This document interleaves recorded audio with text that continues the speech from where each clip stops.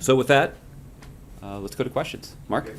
And I'd like to shift straight to Iran. Okay. And the two very large-scale defections that you had, Chuck Schumer and Eliot Engel. How big a blow is that to the administration's effort to avoid having Congress torpedo this deal? And do these otherwise loyal Democrats now they join the group who the president thinks are pursuing the fantasy of a better deal, who are choosing a form of war over diplomacy, and who are in some cases making common cause with the folks shouting death to Americans?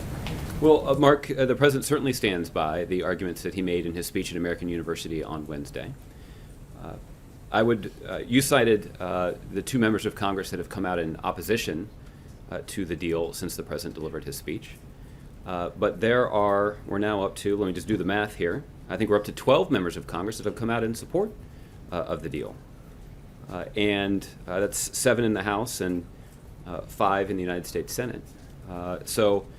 Certainly the two members that you mentioned are influential members of Congress, but they have one vote. And since the speech, we've gotten substantially more votes in support of the deal. And I think that's an indication of how persuasive the president's speech was and how persuasive a case it is that he's making to members of Congress and to the American public. It's not every day you lose the guy who's going to be, the #1 Democrat in the Senate. And again, does Eliot Engel now, are they classified as these people who are rejectionists for reasons that the president has questioned? Well, I think what the president took on directly in his speech is that the individuals who are advocating for the defeat of this agreement are the same people who made the same arguments in 2003 in the march to war against Iraq. So this includes people like Mitch McConnell and John Boehner and John McCain, and more recent newcomers like Tom Cotton and Donald Trump.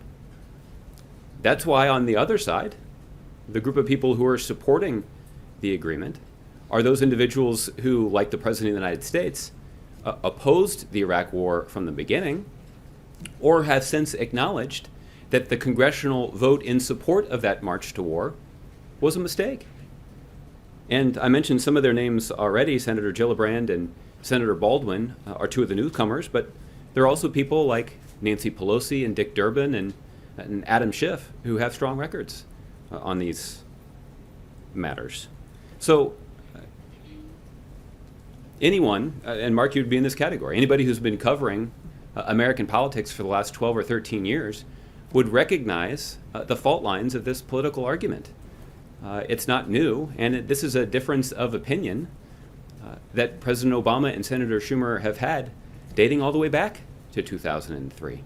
That all said, that's why I would describe this as an announcement that was not particularly surprising to anybody here at the White House, even if it was disappointing.